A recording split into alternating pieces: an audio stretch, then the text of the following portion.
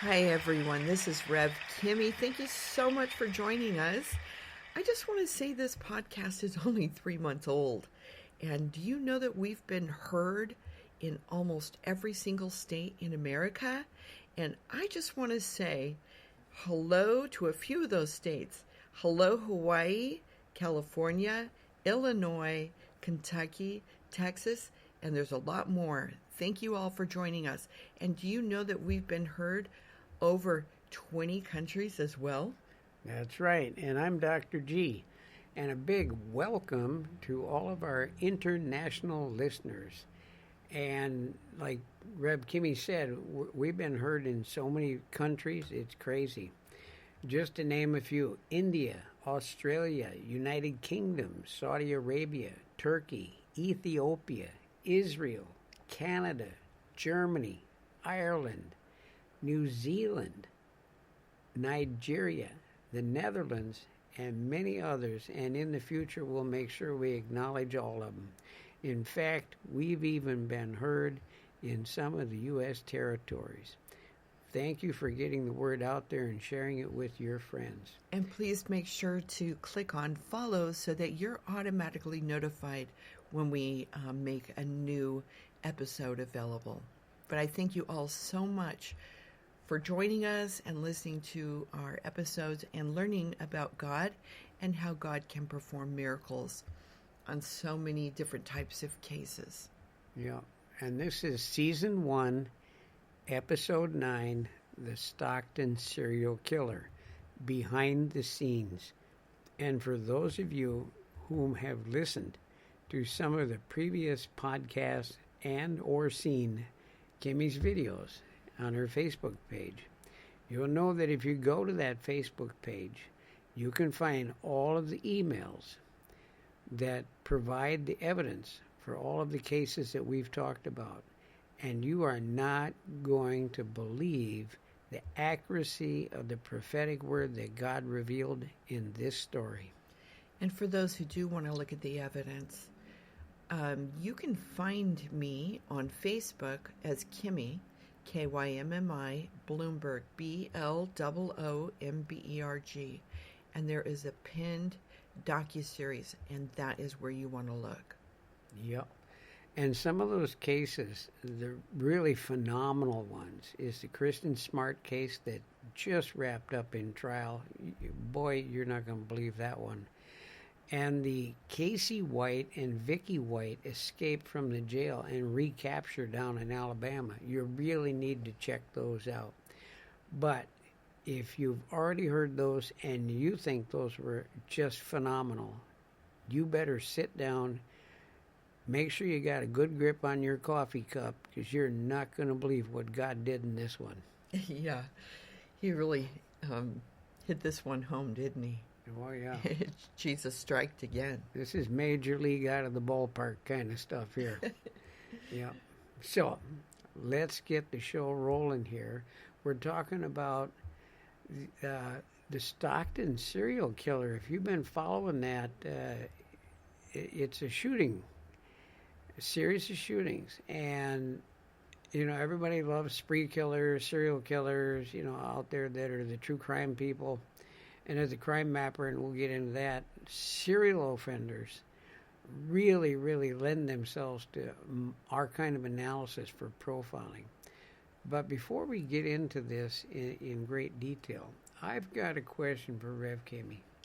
I'm going to start out with just a real general question that we've gotten from some of our listeners, and I think we need to back up here for a moment and address it. Why do you work on missing persons cases like Kristen Smart? You also worked on Jolisa Fuentes. Why do you do that? Whom are you helping? What's your motive? God. Of course, you know, I'm a Christian ordained reverend. So I've been in ministry over 20 years. I did 20 years hospital ministry, ICU, ER, regular beds, hospice, etc. So, you know, about 100 people a week, weekly ministry for 20 years there. And then, back in 1997, the Kristen Smart case just hit my lap. It was suggested. I was friends with the most known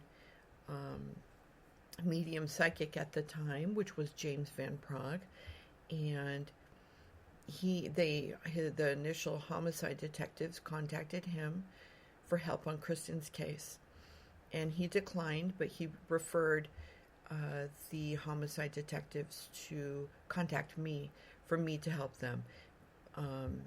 So he highly suggested me. So it just fell in my lap. I never thought about using my gifts to work or help on missing person cases. So it just happened to be that later on my Christian ministry gifts worked very well on missing person cases. Oh, okay.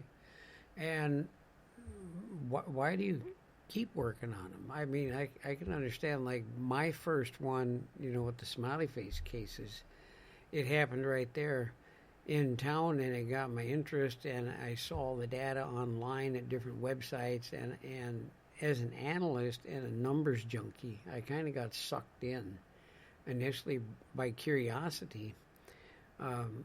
What motivates you to keep going forward? Well, it just depends on what type of case it is. Some missing person cases I work on turn out to be homicide cases. They're missing and find out, ooh, so-and-so murdered that person, and they're buried where they don't belong. Mm-hmm. So I want to be a person who speaks for the victims. Like, if they could go back and see, I worked on the Abby Libby case in Delphi, Indiana. She took some video of the person who murdered her, and I wanted to finish her work. I wanted to speak. I speak for the victims when they cannot speak for themselves because they've been murdered. God will show me who did it, what happened, etc., or lead them to the individual. So, or in the alternative, one case I worked, someone was murdered, and I wanted to find, the individual so they can have a proper burial. Usually that's the case. Unfortunately, a lot of the missing person cases I've worked on, the person is expired. And so I want a proper burial, and for family and law enforcement to have closure. Because they're people too. Okay. Mm-hmm. Very good. And you, Dr. G? Well, we talked about this the other day. Somebody asked us, and I'd never really thought about it. I mean, I had, but I hadn't. Not in that great detail. So I actually reached out to my colleague, that I did the book with. And Kevin said, and it's the investigator's oath or whatever, that he does it for the victim and for the surviving family members. And I got to thinking about it, and yeah, to some extent, that's part of mine. I'd like to see closure for the family, for the surviving loved ones. Could be a brother, a sister, a wife, a fiance in some cases,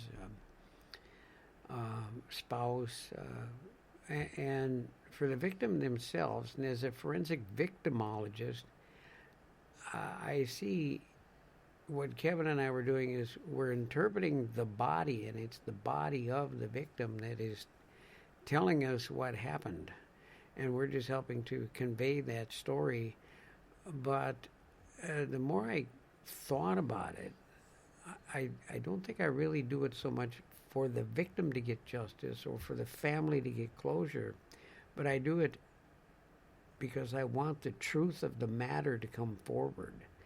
And as the truth comes forward, then those other two issues of justice for the victim, closure for the family will be addressed. And as I thought about it, everybody knows John 3:16, for God so loved the world, John, and the rest of John that precedes that. But the part of John that this made me think of is John 3:19 through 21. And this is from the New International Version. This is the verdict. Light has come into the world. But people loved darkness instead of light because their deeds were evil. Everyone who does evil hates the light and will not come into the light for fear that their deeds will be exposed. But whoever lives by the truth comes into the light, so that it may be seen plainly that what they have done has been done in the sight of God.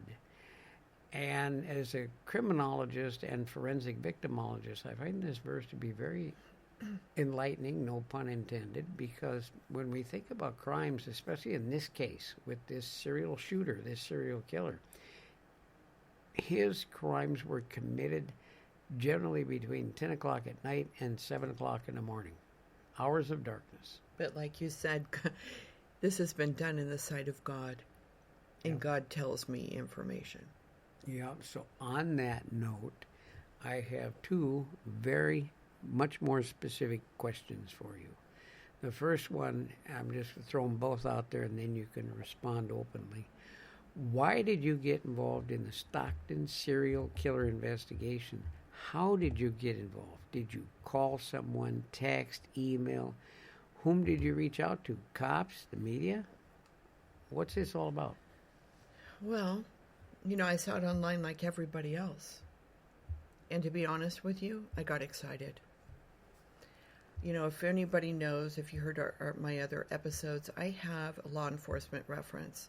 He's high up in a major Los Angeles law enforcement agency. He's confidential, so I keep it very vague here. I'm not going to tell you who he is or which law enforcement agency, but trust me, he's way up there. And so I wrote him and I said, oh, Stockton has a serial killer. So just a heads up that Stockton Police Department might, contact you. I'm going to hop onto this case. Okay. So what I felt was, one of my nicknames is Catwoman. Okay. A lot of people name me Catwoman because I asked my friend who named me that. And he said, well, you're cool like her, Kim. Oh. But the truth is he was saying like Catwoman, goes in and she handles the injustice, right? She handles the bully, right? Mm-hmm. And then she leaves. And that's what I do on cases. I go in, with my gifts, and as far as I'm concerned, usually I don't use my gifts to pry into people's lives. I give people respect, and I don't usually use my gifts unless I'm asked to. But on this case, I didn't feel that the Stockton serial killer, as I give everyone else privacy, respect, and honor, as to privacy, I won't pry, just to look around and because I'm being nosy.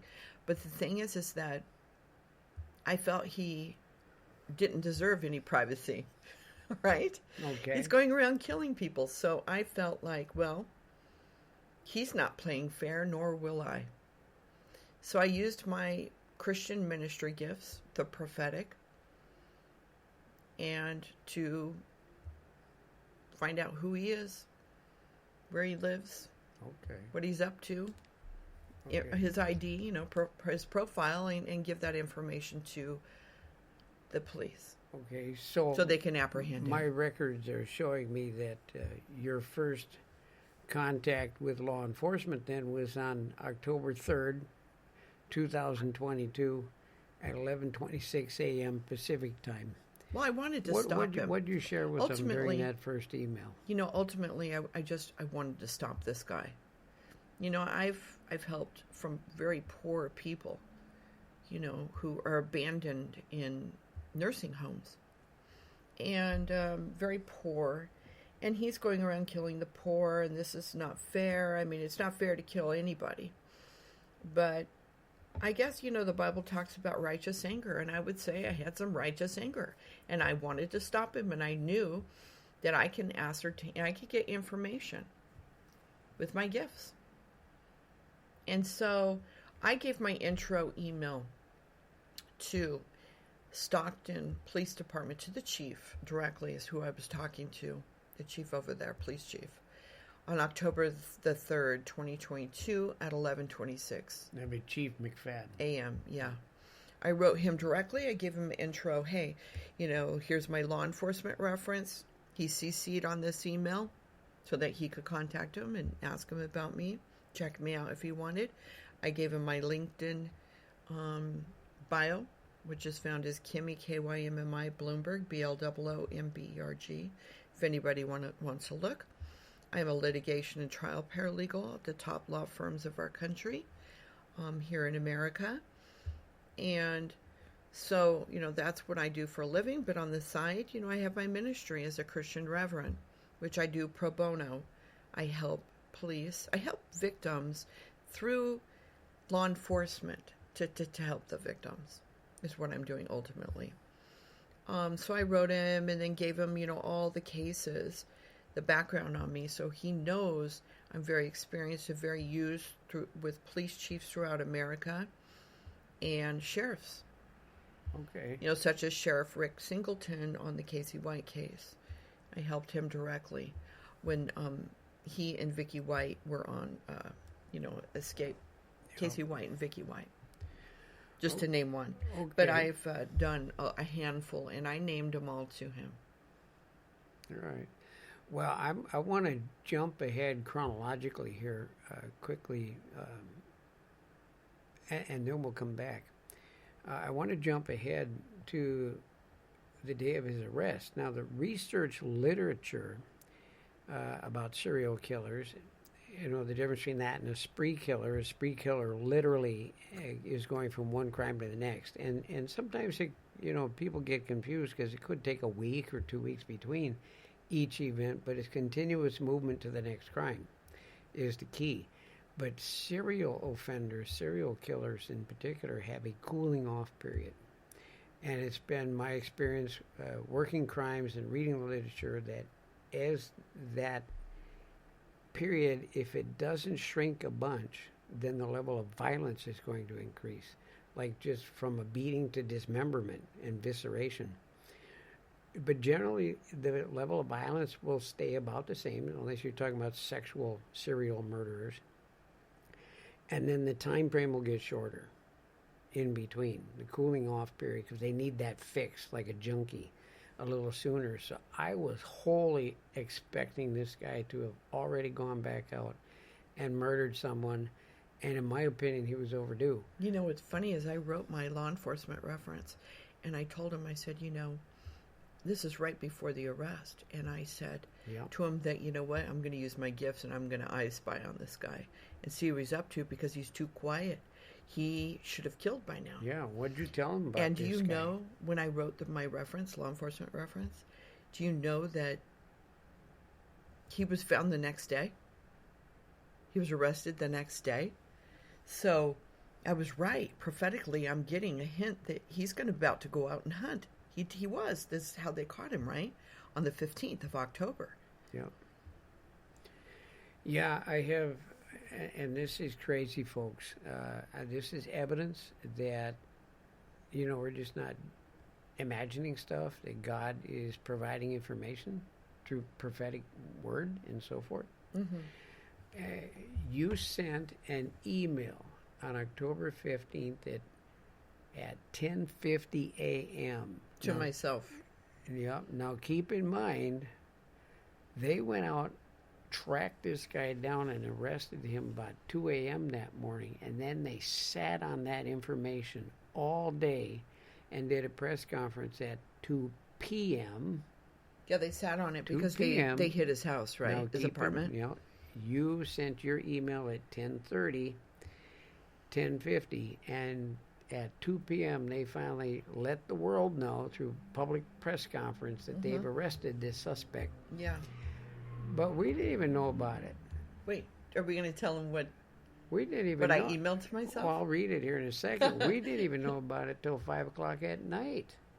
We're watching the news. No, we had no idea. We're watching the news, and well, all of a sudden, we were busy out running errands and press and doing and things. It's like, oh my gosh! We just, I just finished working Jalissa Fuentes' case. Yeah. So what we were busy. Say? We're not paying attention to the Stockton serial killer. We're not Googling it or anything. Yeah. And but we were out and about, and at 10:50 a.m. on Saturday, October 15, 2022, I emailed myself because the Lord showed me out of nowhere, I'm living my life running errands, and all of a sudden, boom, he shows me the Stockton serial killer in the back of a cop car, and that he was going to be apprehended and arrested someday soon, is how I interpreted it. But what it came out to be is that God was showing me that the Stockton serial killer was arrested. Yeah. He was in the back of a cop car. Not that it was going to occur, but he was showing me that it did occur. Yeah. But it had not been announced yet. Yeah. And so your prophetic word from the Holy Spirit regarding Brownlee, Wesley Brownlee, Yeah. the suspect's arrest, capture and arrest, came 3 hours and 10 minutes before it became public knowledge during the press conference that Yeah. Chief McFadden Yeah, I have a date announced. and time stamp that, that I have. And all my work and that email that we just discussed, the vision, it's all sent to this law enforcement agency. They may or may not be tracking my work. I don't know. But they've been getting it for several years now, evidence of my work where I say such and such, and then it comes to pass. And it's all in email evidence, date and time stamp. Yeah.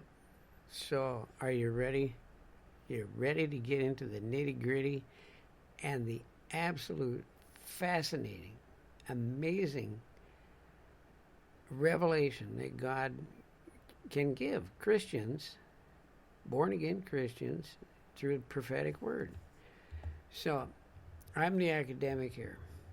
I'm going to review Excuse a little me? bit about serial... I'm educated too, Dr. G. Serial killer profiles. And anybody I have who's like 5 degrees. watched enough true crime TV can recite the profile of an American serial killer. I mean, it's white male, age 30 to 50, loner, no major contact with law enforcement and so forth, blah, blah, blah, right? So here's some stats for you. And I just pulled these off. And anybody's curious, you can email us or Facebook message us, and I'll send you the references for it. But research findings suggest that about 85% of serial killers in the United States are male. What a surprise there. Males are mostly responsible for all violent crime, too. I just want to interject for a minute. If you guys don't know, you have the perfect person here to be teaching you about serial killers. Dr. G teaches. He's a professor at a university. And what do you teach, Dr. G? For those new listeners who don't know. Theories of crime and justice, forensic Criminal victimology, justice. Yeah, criminal research justice, methods. forensic victimology, etc. He's written a book you guys can order. He is right now seen on Prime Video. It's Smiley Face Killers, A Hunt for Justice. With his New York homicide detectives. Sergeant, Kevin Yeah, Gannon. you can find him on there and watch him now. But he is the perfect person to be teaching you. So you guys are getting a free education right now. Well. So go ahead, Dr. G. So 85% of serial killers are male. No surprise there. And females generally outnumber males in any population. There's a few unique ones. 82% are white and only 15% are black, African American. 2.5% of serial killers in the U.S. are Hispanic. Think about that. Mr. Brownlee is black. He's an African American. He is an anomaly, a statistical outlier almost. Wesley Brownlee is somewhat of an anomaly then upon first analysis. Or as we say in academia, on first blush, or in law they say prima facie. He is a male, but he is not white. Okay? So, tell us, Kymmi, did you share any intelligence on this killer with law enforcement? When did you do that, and was it safe for you to do it? And is it safe for you to share with us what you told them? Well, I sat on this. The only person who knew that I was working the Stockton serial killer case, the only person I told, of course, is my law enforcement reference, which he was a safe guy to be telling.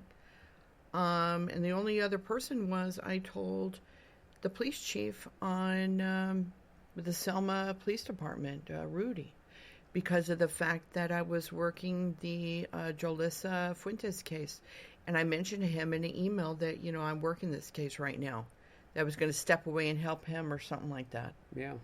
Step away for a minute from the Stockton Serial Killer case. I was going to finish Jolissa's case and then, work on this. So, anyway...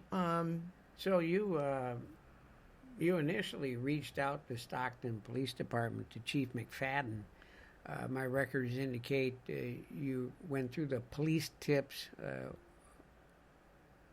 website, email address, and you sent him an email on Wednesday, October 5th, 2022 at 10:45 a.m. Pacific time. I think on the 3rd I sent him my intro. The intro, yeah. And then I didn't send him the tip information about his serial killer, the identity, until October 5th. Okay. Because of the fact is, I was seriously working Jolissa Fuentes' case. Right. And I wanted to finish. I wanted to finish before moving on to the Stockton case. Okay. And this is why I jumped ahead, so that you all know that the suspect has been arrested. So what I'd like to do now is go through the prophetic word that you shared with Chief McFadden. The prophetic tip? The tip. Okay. The tip information about, at that point, this is 10 days before they even catch him and arrest him. Yeah, this is so October 5th. What did you share with them? And as we go through, we will comment on the extent of accuracy, and then you're not going to believe it when it gets to my crime mapping stuff, folks. I just want to say that, I wrote him a Stockton Police Department police chief on October the 5th, 2022 at 10:45 a.m. Then I realized, oops, I should forward it, what I sent to the chief, to the Oakland Police Department, because it's their case too. Yeah. The first victim was in their jurisdiction. So I had forwarded to him who I am, my intro email, and then also what I'm about to share. Then on October 9th, 2022, I also sent it to Stockton Crime Stoppers. Okay? Yep. So here we are. This is what I sent to the three of them on different days. Point? What? Your first point? Your first tip? Okay, so I'm going to read the email. You want me to read the whole thing? Yes. Go through it. Okay, So guys, this is my original. I do have some redactions. I can't mention some things, such as my law enforcement reference. He's confidential. He is only for law enforcement, not the public. Okay, so here's what I wrote. Prophetic analysis regarding the true identity of the serial killer who is unknown to Stockton Police Department by Reverend Kymmi Bloomberg. My law enforcement reference is blah, blah, blah, CC'd herein. With my Christian Reverend ministry prophetic gifts, God has shown me the following as to the identity of the serial killer on the loose in Stockton, California. He is a black male. And that's true. He is about 5'10" in height. Yep, and we learned from his booking information for San Joaquin County Jail that he is about 6'2". So, 4 inches. Okay, so now people understand. Okay, here's how my gifts work on this case, guys. You see him standing next to a scale, like at the McDonald's front door, Well, the thing is, I'm not like hearing God tell me or getting an email from him, right? The way my gift worked is that I'm home alone. I'm in my bedroom. I never went to Stockton to work on this case. I went into praise and worship. I see all of a sudden the Lord is showing me things. And I'm a seer. And I'm seeing a vision. I'm awake. Like remote viewing, sort of. Yeah. Okay. And so the Lord is showing me, I see the guy's face. Okay. That's why I know he is an African American. He's about 5'10". This is my judgment. I'm looking at him, right? Yeah. And I have to make a guesstimate. I'm horrible at distance, guessing distance and stuff. So 5'10" is pretty good for me. And And then I say he is about in his 20s to early 30s, maybe 32 max. Now, if you look at, I'm looking at the vision of him, right? I can see his face. And so to me, he looks 32 max-ish. And he is pleasant to look at. He's not hot and he's not ugly, is what I write. Yeah. And if you look at him, guys, go look at him. He's not hot and he's not ugly. He actually is pleasant to look at. Yeah, he has a baby face. He looks younger than he is. 43 years old. He's physically fit. I can't believe he's 43. He looks so good. Yeah, 35 he looks really good. at the most, I would say. Yeah, and I'm terrible with age. But I wasn't looking at him in the physical, right? Yeah. I was looking at him in a prophetic vision. So I did the best that I could. Not bad. I said that I believe he has a tattoo on one of his upper arms, shoulder area. Yeah, and we don't. I didn't see anything in the booking information about that. No, Sometimes we don't know. They describe tats. Yeah, we have where no they're idea. at and what they are, especially if it's gang members. So, well, even if I get that wrong, that's not bad because listen to the rest, guys. It's point on. Yeah, okay. I said he grew up with his mother. I do not see his dad around in his childhood. Yeah, and now we found that turns online out as affirmed. A couple of different reporters had, dug into his past. He was born in San Francisco, from what I saw, raised in Oakland, and he had a really troubled childhood growing up. His parents split and his mom raised him, it says, online in articles. You can find that. He ended up living with her in Stockton for a while. So, Okay, you guys ready for this one? Listen to this. He presently lives alone in a one-bedroom apartment in Stockton, California, that is within 5-by-5 mile radius from his victim number 5, Jonathan Hernandez Rodriguez, at 800 block of East Hammer Lane at 6:41 a.m. on August 30th, 2022, hereinafter referred to as V5. Yeah, victim 5. Now you have to remember I'm in law, so we always do the hereinafter referred to. So this is information that I'm just flowing through me. This is coming from God. I said that I believe he possibly lives at Park Village Apartments because I was getting kind of a hit around there with my gifts. So I believe that he possibly lives at Park Village Apartments at 3830 Alvarado Avenue, Stockton, California.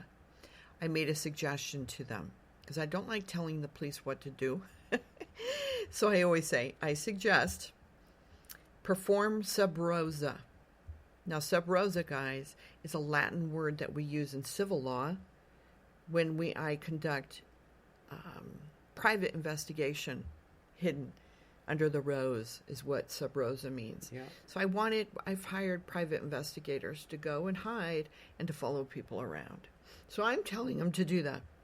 Perform sub rosa to watch premises to see if you can spot the person of interest. Also check video camera tape recordings to see if any matches to video of man of interest. Do not tip off apartment manager nor apartment residents. Be stealthy or he may learn you are onto him. Do not use marked uniforms nor marked law enforcement cars. If not at that apartment, then check every single one in that area afterward to rule out. Do you know that this location was a half mile from where he actually lived at Stone Briar Apartments? Yeah, wait till I get into the very detailed specifics of my mapping analysis. I completely forgot about that when you asked me, and I will get into it later. But I did construct the curriculum for and started teaching crime mapping at my university 20-some years ago. Now, I want you guys to know that I don't know yet if whether or not I am the tipster on this case. The police have not told me that yet. I would expect maybe they will contact me at some point here soon. Okay. However, we read online. What did they say? They disclosed that they were watching him at his apartment. They were doing exactly what I suggested, to do sub rosa surveillance. It's also known as surveillance. Yeah, right? sub rosa, boy. Yeah, and that that's exactly what they did.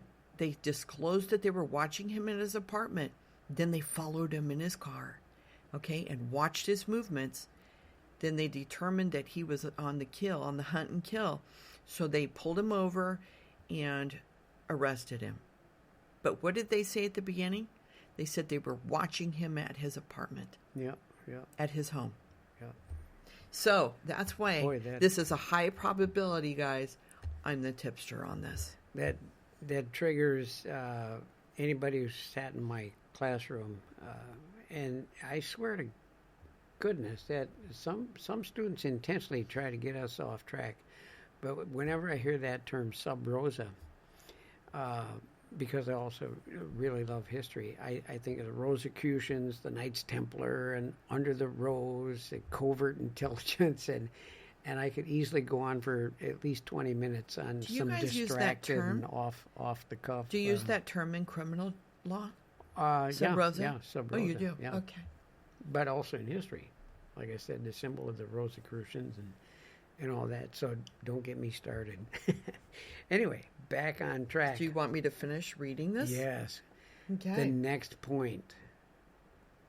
Yeah, can you believe that my suggested apartment was only about a half a mile? Wait until I get into that, folks. Half a mile, guys, from the apartment where he really actually lived.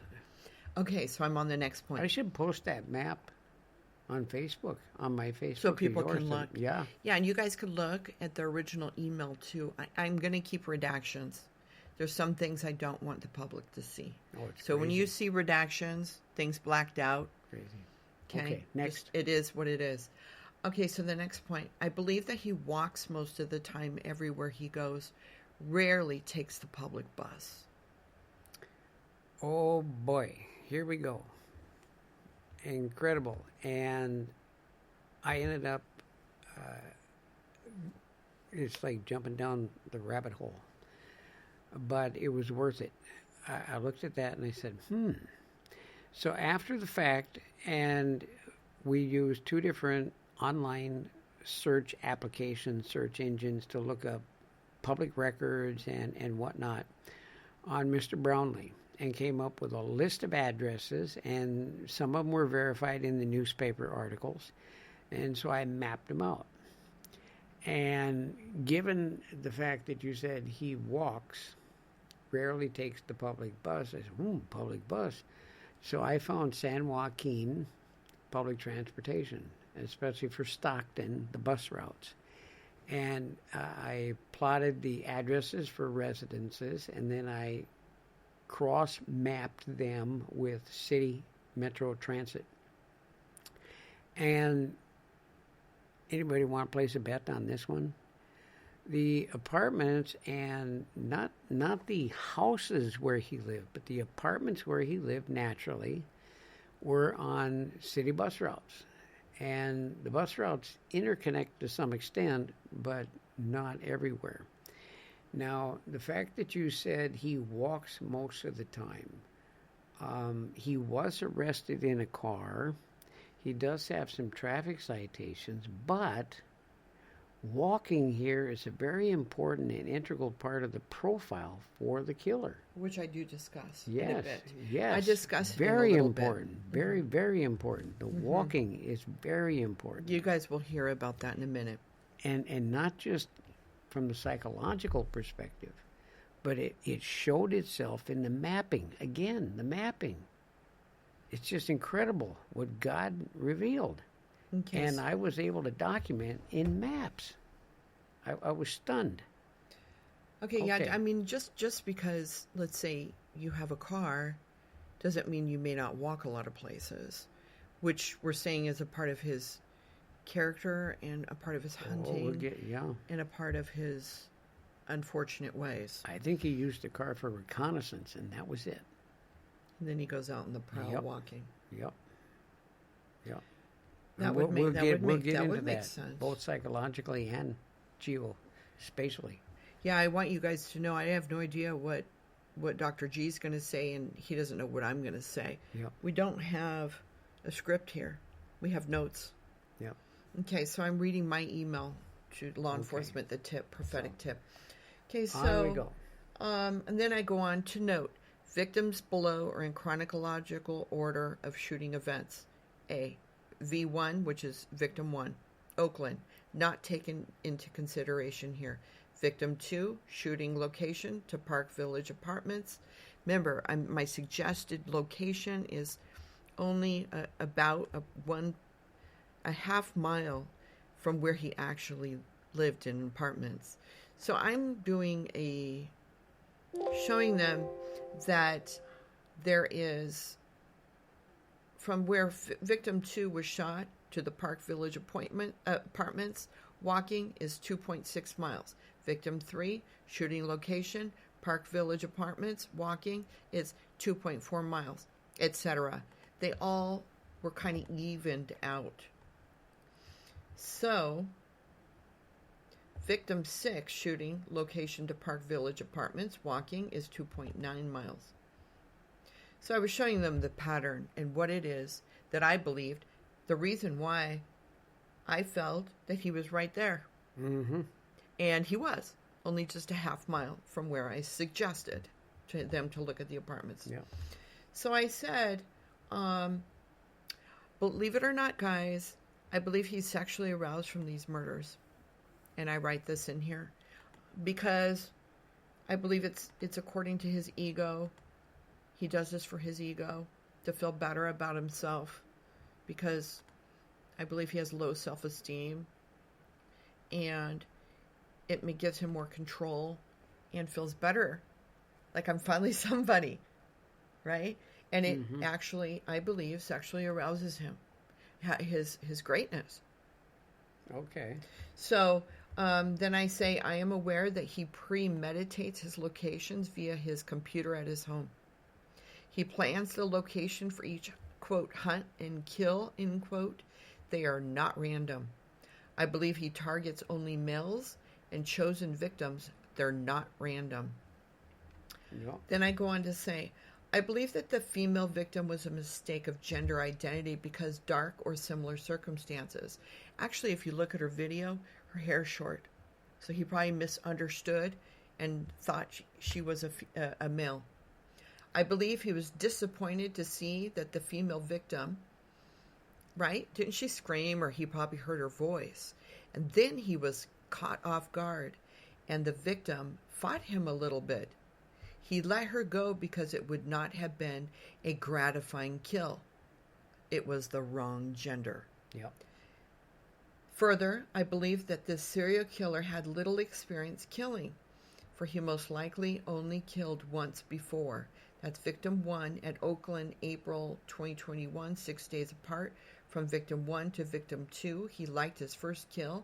It gave him gratification of power, control, sexual arousal, hence why his victim 2, 6 days later, but what he could not control was his victim's behavior. She got away. He made a mistake by victim 2 getting away, but he learned. Therefore, because of this mistake of victim 2 getting away to be a possible witness against him, he had to stop killing for a time, i.e., the 448 days apart from victim 2 to victim 3. Then I went on to say he is a quiet man. I do not believe he has a criminal record. Now, I'm not talking about the little stuff that people are saying, oh, online, he has a criminal record. He had traffic stops. He had traffic tickets and citations. Yeah. Typically, serial I killers was talking, do not have contact with police at all. I was talking about, when I said no criminal record, I was talking about he's not a registered sex offender. He is not. Has not been in jail for homicides.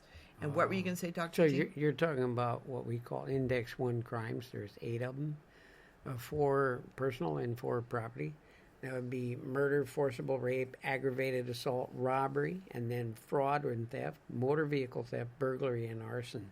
Yes. And to me, I was none not. of those. He has none of those. I was not talking about. He has some drug the little offenses, stuff. traffic violations. Yeah, I wasn't talking. And then accused of some sexual thing about a 14-year-old, which he was not in jail for. Yeah, he right. Yeah, he wasn't jailed for that. No. Yeah, he was not. And so, anyway, I was talking about when I was looking at his criminal record, I was talking about being a sex offender and committing homicides. So he is a loner. He has no friends or coworkers that he hangs out with. He avoids people socially at work and in general. He is into control of self and others. This control is also demonstrated why he walks everywhere. He can control others that way. If on public transportation and others are around, one cannot control others. As such, if no one is around, he is in control.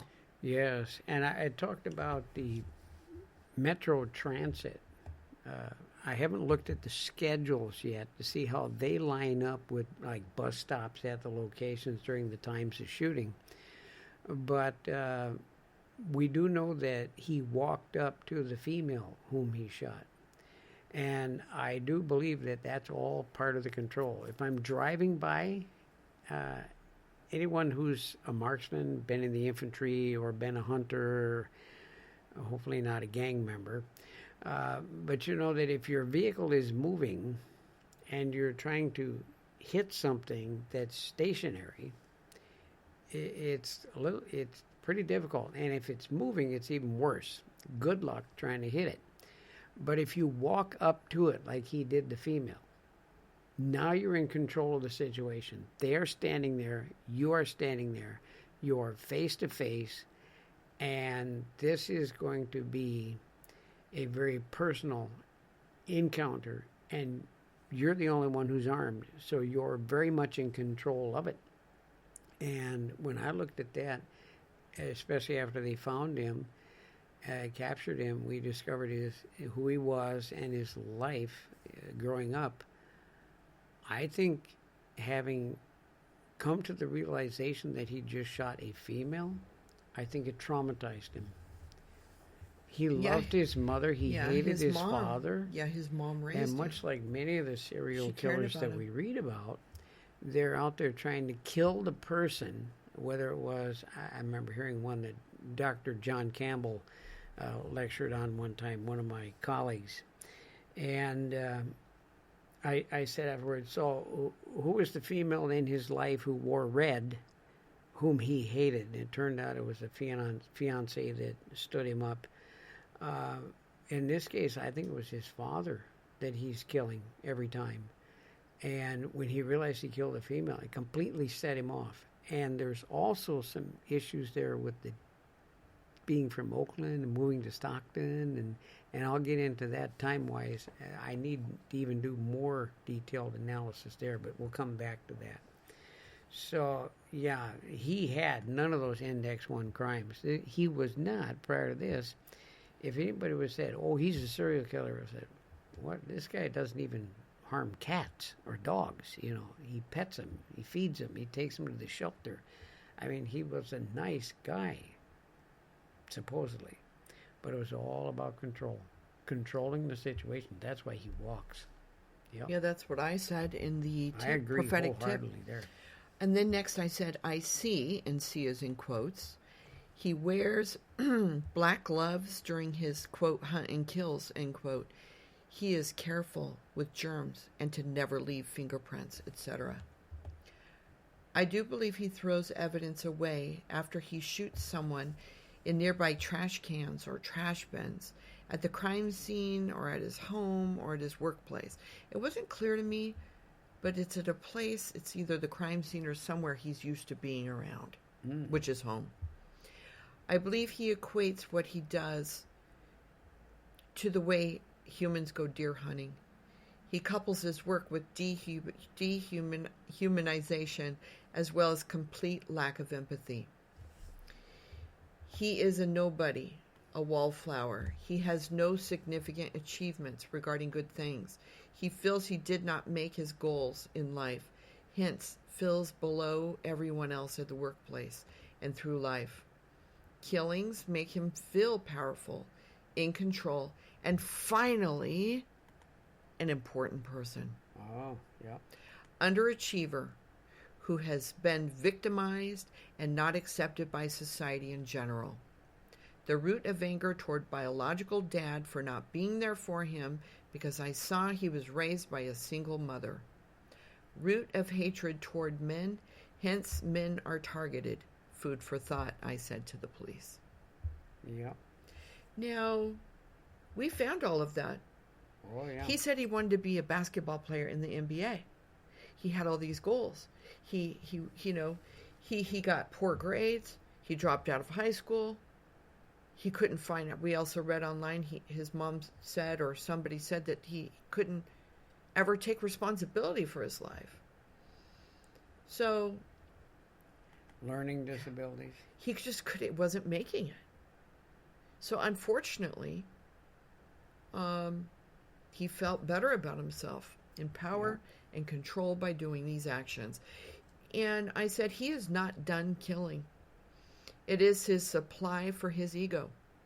Thus, he must be captured to ever stop him. This is the only way he was ever going to stop killing.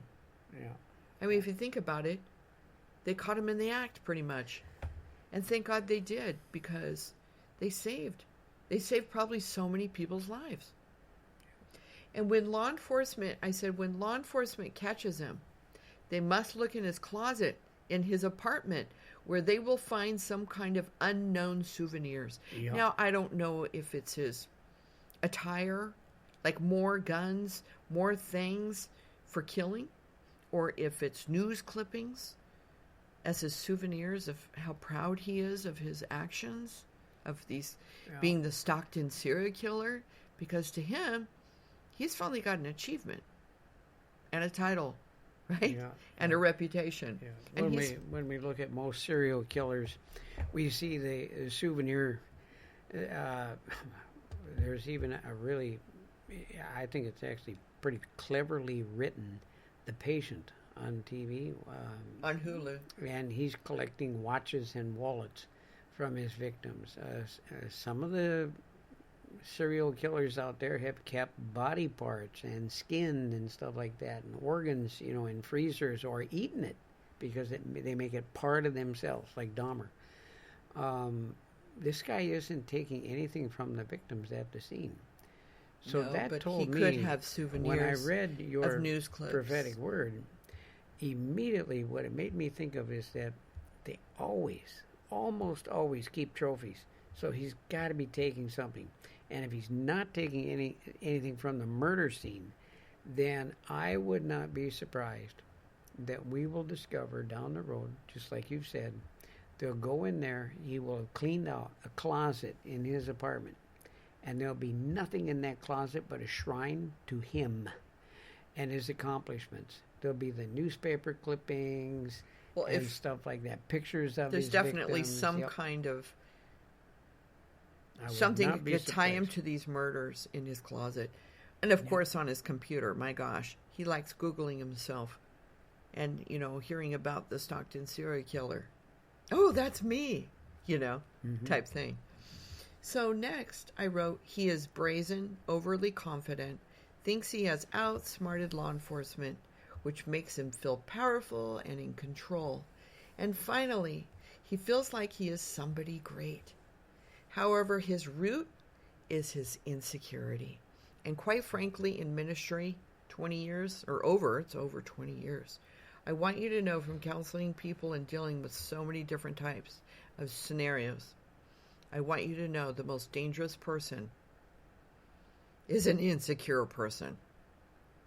They're very dangerous people. Because of this reason, he doesn't feel good about himself, so he found something he's good at. Yeah. So I said also, I am aware that he owns no animals.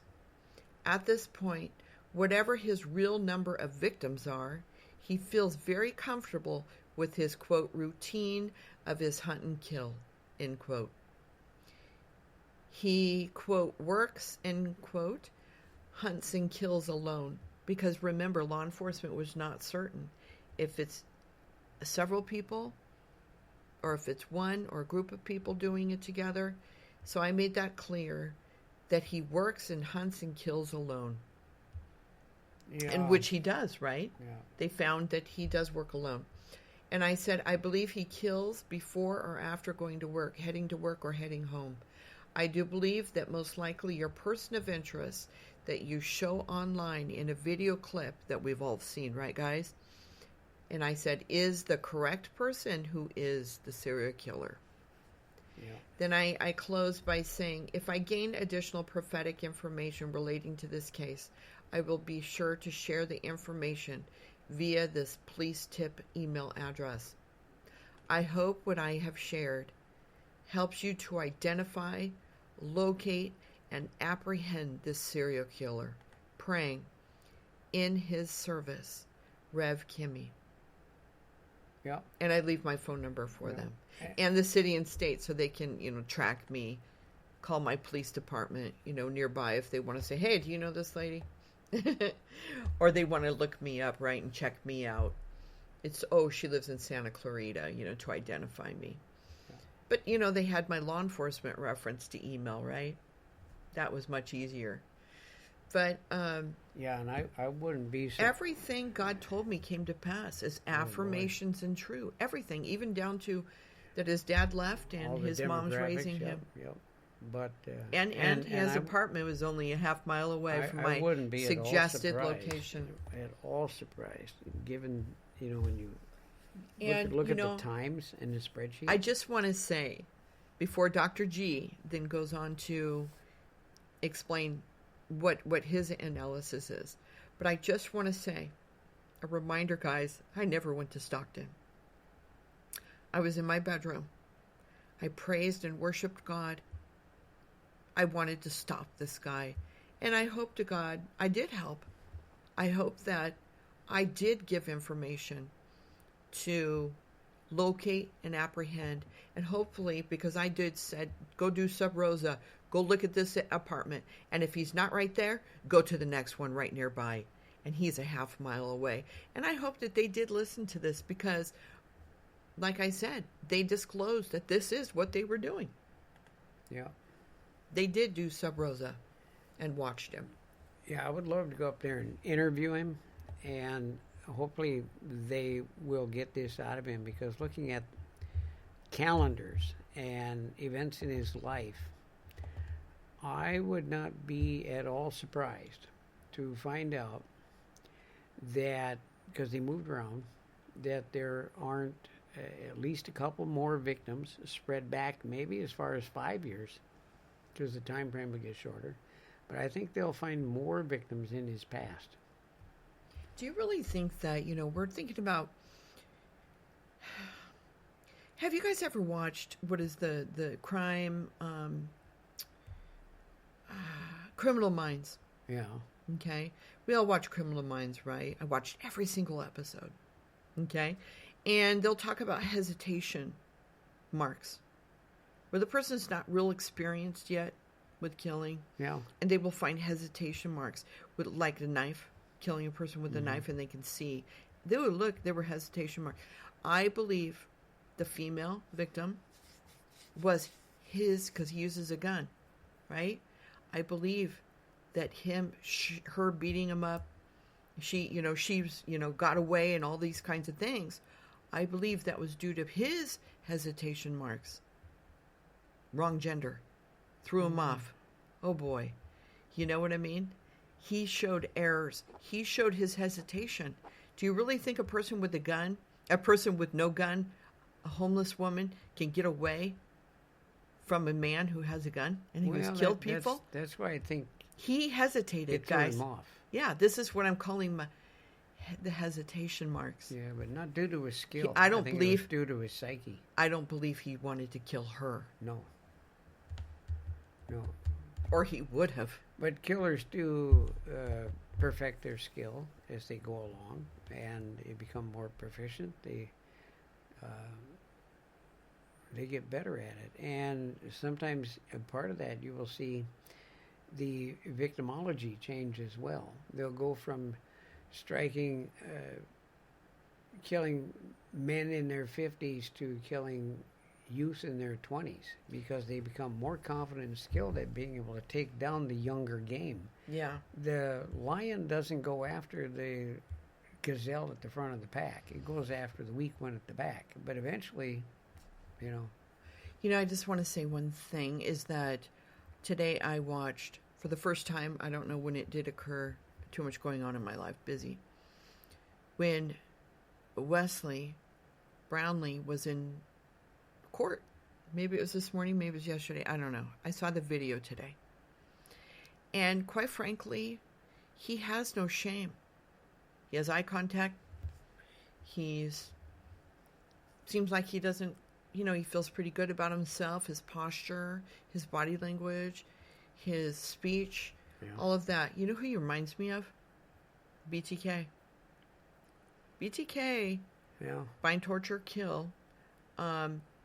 He easily just told everyone, oh, well, this is what I did to victim 1 and victim 2, and he had it all memorized. And because he was really proud of himself, because this is his identity. He was a person who didn't make it in life. He was a security guard, a president of a Christian church, right? He didn't really feel all that great about himself, even though it was sexually based, which I also believe this one had some kind of sexual arousal from what he was doing. But I think that if you watch his body language, go back and watch him, guys, in the court. He does not have looking down. When you have shame, we as humans look down and we cannot make eye contact with people, right? He has no shame for what he's done. I believe it's a part of his ego and his identity now, and he feels good. Did you watch it, Dr. G? Yeah. Did he look strikes to you? me as Did he look to you like he was shameful? As a complete embarrassed? Sociopath or psychopath. He has clearly no sense of value of human life, even his own. There's a complete emotional flatness. Yeah. So what do you think? He lacks empathy? Dehumanization, for sure. Yeah, he may have some empathy for animals, but I doubt if he has any for human beings, except maybe his mother, possibly his siblings, but outside his family, I doubt it. Let's jump into this mapping stuff. This is going to blow you away. And I'm going to pick up the speed a little bit because I got a lot to cover here. Going into this, it's been a while since I've read the research literature on serial killers, so I wanted to see what was the most current stuff out there. And I came across, and you'll recognize some of these terms, these FBI profilers, Ressler, Burgess, Douglas, Hartman, D'Agostino, and so forth. But the FBI does psychological profiling. And they look at a crime scene, they look at the victim, usually the offender is not there, and they look at the blood spatter, where's the weapon, and so forth. And that tells them about the psychology of the offender. Is the person organized or disorganized? If they're organized, they will bring a weapon with them or plan on using one that's there, kill the body, kill the person, and then dispose of the body elsewhere. That way, you don't have all the blood, and they can leave everything behind. So you have a separation between crime scene or murder scene and body disposal, body recovery. Disorganized will walk in and just make a complete mess out of the place. So keep that in mind, because when we're looking at this guy, he brings the weapon with him. He kills at the scene and leaves the body. So he's really an anomaly. He's a mixture of organized and disorganized. But here's the key point, because I'm a crime mapper. According to these guys, Ressler, Burgess, Douglas, Hartman, D'Agostino, they studied crime patterns and so forth. Organized offenders are of an average to above average intelligence and are likely to offend far from their homes, whereas disorganized offenders are of below average intelligence and offend in close proximity to their homes or place of employment. And keep in mind, from an article you showed me, Rev. Kymmi, Brownlee had learning disabilities. He had poor school performance in high school. He dropped out of school. The guy had some issues. Regarding mode of transportation, organized murderers offend further from their home location than disorganized murderers. And this ties in kind of with job. The job provides them with either their own car or access to buy bus tickets and so forth so they can get further out. This finding suggests that serial offenders who use vehicles may exhibit larger home-to-crime distances than those who walk. Okay. So everything we're looking at, organized is spread out, disorganized is closer, and that all fits. Okay, so my background. I spent 10 years in signals intelligence. Prior to that, 6 years in the infantry. Everything involves maps and figuring out who's going where. My college dean recruited me, asked me to teach crime mapping back in 2002 because of my background. And so I said, okay, I need to know what this is all about. So I went to a National Institute of Justice conference in 2004. But prior to that, I had already started reading on my own and trying to figure out how to do this using my skill.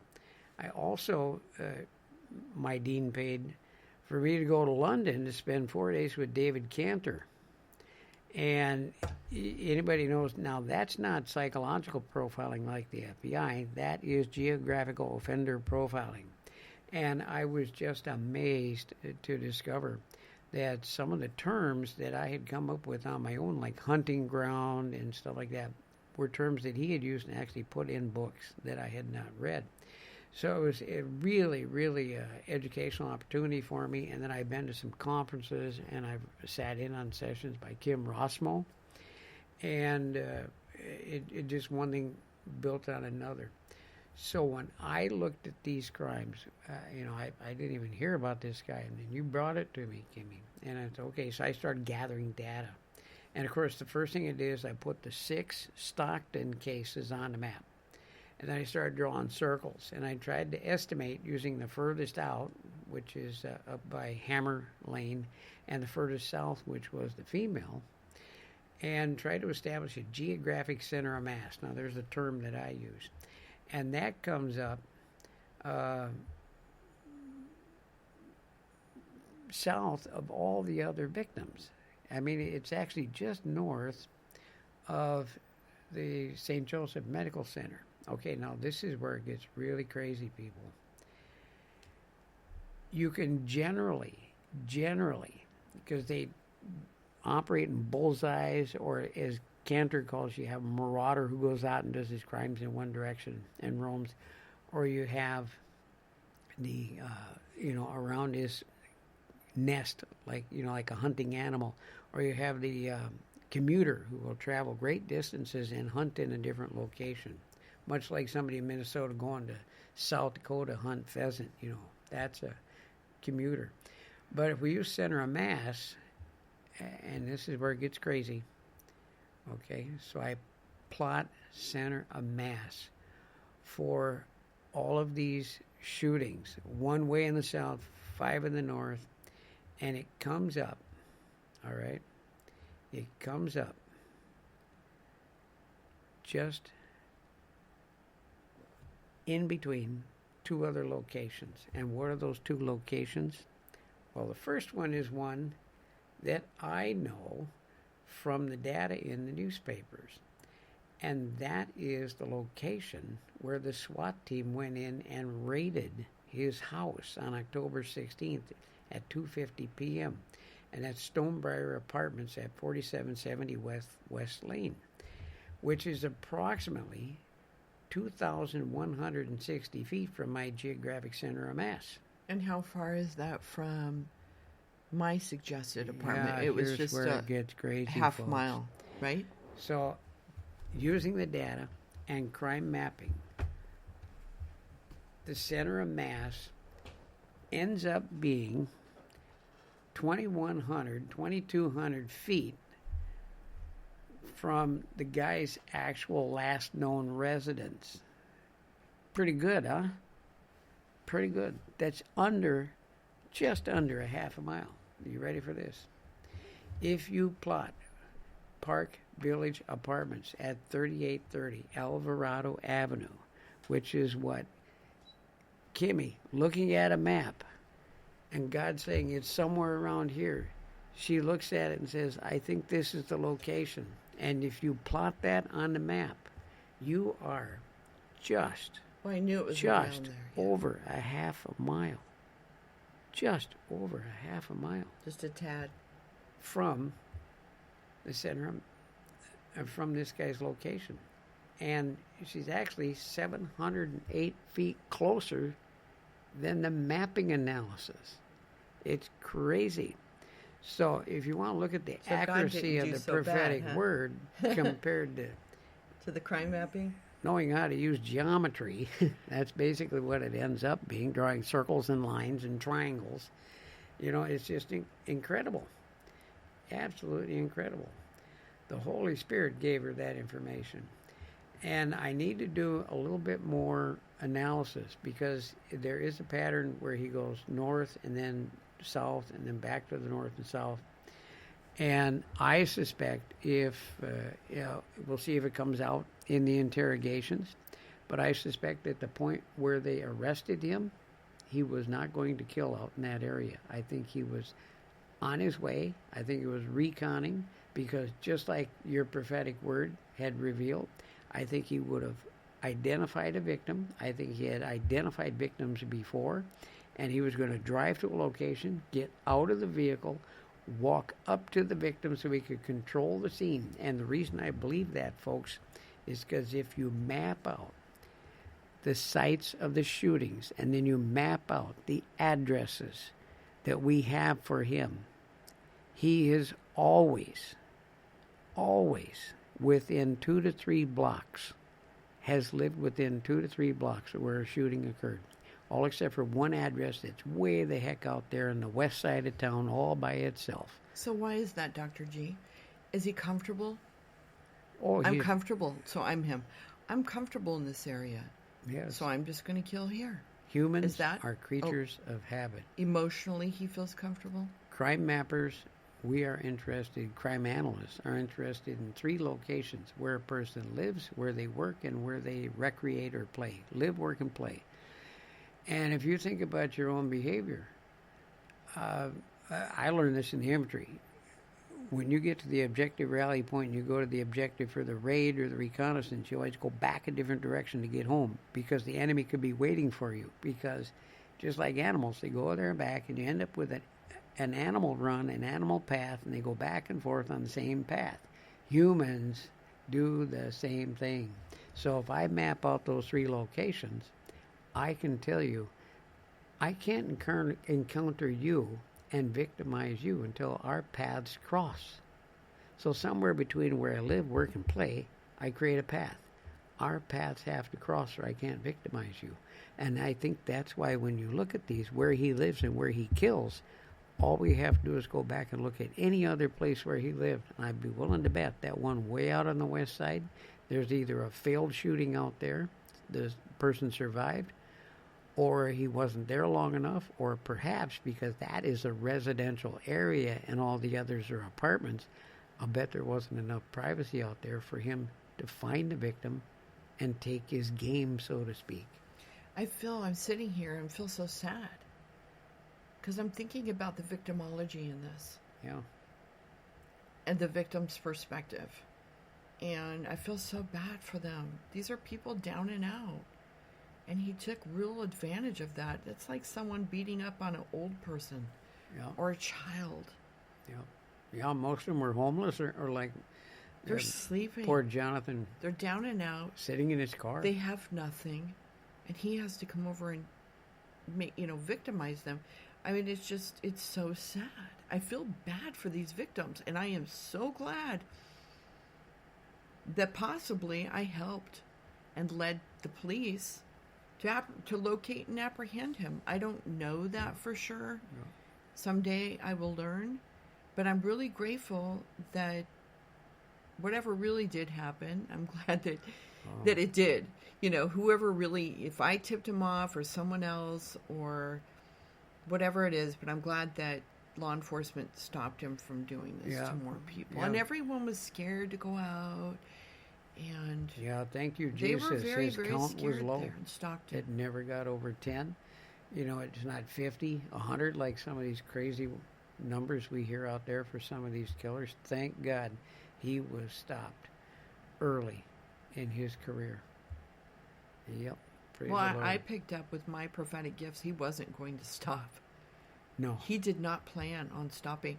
No. And we did hear that, he was opening up, I guess, a trucking business and starting to head, with trucking. And, I mean, truckers have been known to be involved with crime, serial killers or what have you. But maybe he was heading that direction. Oh, my goodness. Or he's getting bored with this area. Yeah, that... What do you think about that? I can't remember the name of it, but... What do you think of that? The FBI, he started a trucking company. I can't Blue Line, something or another, an LLC. Several years ago, I think it was over a decade ago now, the FBI realized that they had a problem. And not only with the missing and murdered indigenous women, children, and relatives, but they had a problem with serial killer truck drivers. And they started a task force on it. And there's like over 500 unsolved murders. They pick up a young lady at a truck stop who was out trying to raise money, to be nice about it. And they abduct her, take her to another state, murder, rape her, or the other way around, and then drive to a third state, dump her body, and then they finish their load, in yet another state, and get another load and head back and forth across the country. Could you imagine if he was, if that could have been him. If Wesley could have been, let's say, take off in his truck and start doing that countrywide. Oh boy, that would have been harder to track. Yep. I'm really glad that they caught him. Very, very happy.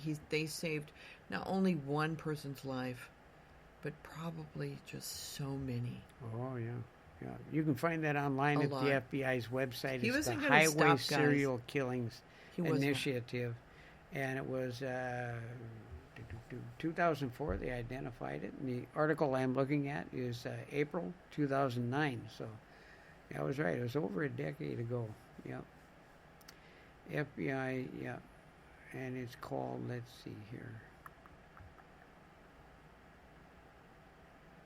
Highway Serial Killings Initiative, yep, and deals with truck drivers. Yeah, pretty amazing. I remember when I first learned about it, like, holy cow.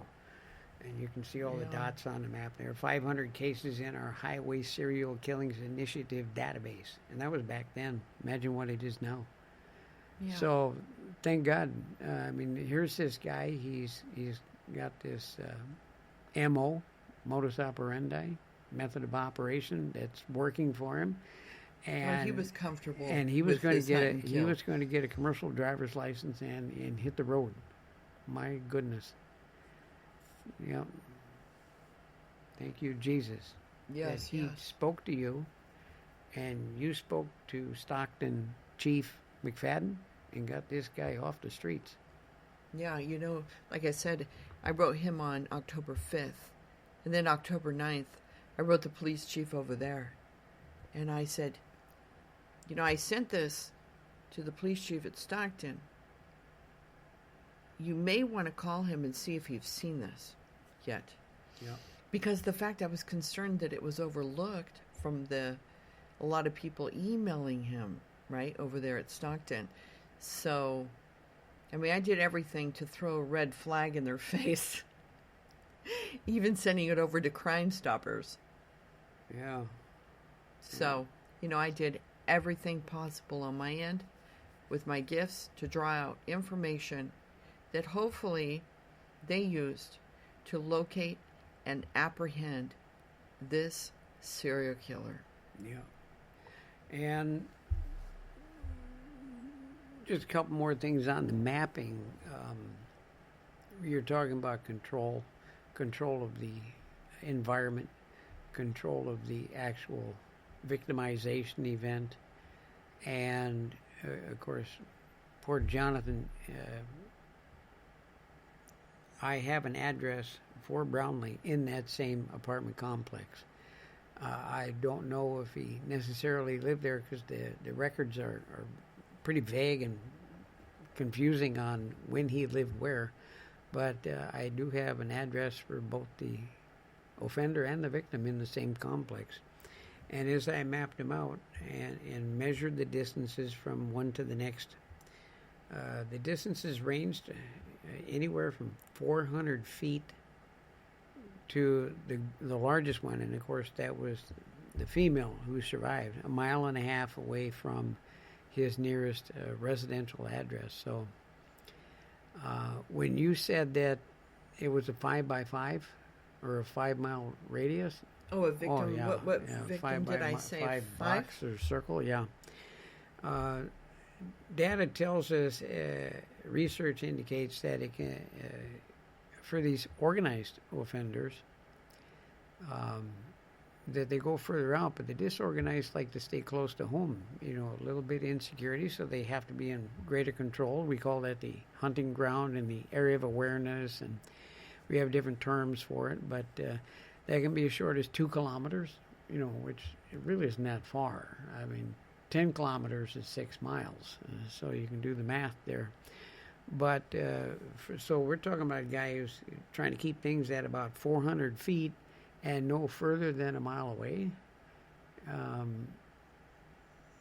Yeah, that's keeping things close to the vest, close to home. He wants to leave the den, go out, find the prey, And walking. and then You're not going to drive just a get mile. back to the den without being detected, and that's pretty hard to do in a car. And you're not going to go out and hunt and kill from the car. Yep. You're going to get identified. Your car's going to get identified. Oh, He's yeah. probably, like you said, recon. You can scoot around the shadows of a building, and everybody Screw it loses out. sight of you. And he's in great shape if you look at his body. He does walk a lot. Oh, That yeah. guy looks good for his age. Yeah, he does. Doesn't he? Yep. He's fit. Yeah. He's done walking. You're not going to be in that good of condition physically by just sitting in your car or in your house, in your chair. Right? This one's got my interest. I mean, I am like this close to going out to California so I can interview this guy while he's still in jail. Because, once he leaves the county jail, he's going to end up in prison. And What would you ask him, Dr. G? I would ask him about his MO and try to figure out a little bit more about how he can explain the mapping. Do you really think he'd be honest with you? Well, that's a difficult question because when you see some of the interviews with serial killers, they are quite frank. Because they have BTK is frank. They Because he's have really proud of absolutely no emotion, and they don't care. Yeah, I mean, he's proud of his work, Yeah. BTK. And I believe that Wesley, this one, is proud of his, too, unfortunately. So I think he'll talk. He probably I think will he'll talk. brag. Yeah. Yeah. So, anyway. I do want to do things. Are you closing, Dr. G? Yeah, I think we Okay, I pretty wanna much do exhausted all of my academic I want to side do of it. something. I'm a reverend in hospital ministry, guys. I wanted to be ER doctor is where my drive for people to get better in hospitals, see miracles and healings, and which I've seen quite a bit. You can listen to other episodes or conversations. I've discussed a little bit. I want to let's all just take a few minutes of silence for the victims here. Let's not forget them. And let's include the female. She's so scared. She's so scared and saying, thank God, it wasn't her time. I honestly don't believe he was trying to kill her or she would have been dead. But let's take just a few seconds, guys, and let's have some silence in memory for the victims.